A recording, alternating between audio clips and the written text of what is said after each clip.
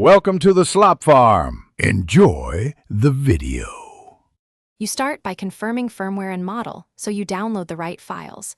This prevents bricking. Backup settings and media to a phone or PC, then remove extra USB or micro SD cards to avoid I/O slowdowns.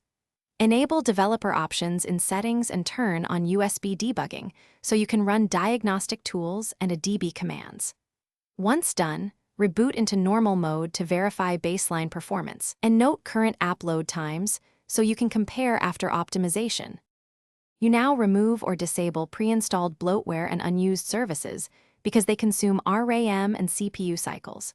Use settings to uninstall or freeze apps and move media-heavy apps to external storage if supported to free internal flash.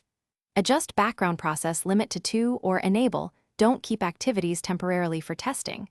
This reduces memory pressure. Clear app caches and restart the player to flush temp files.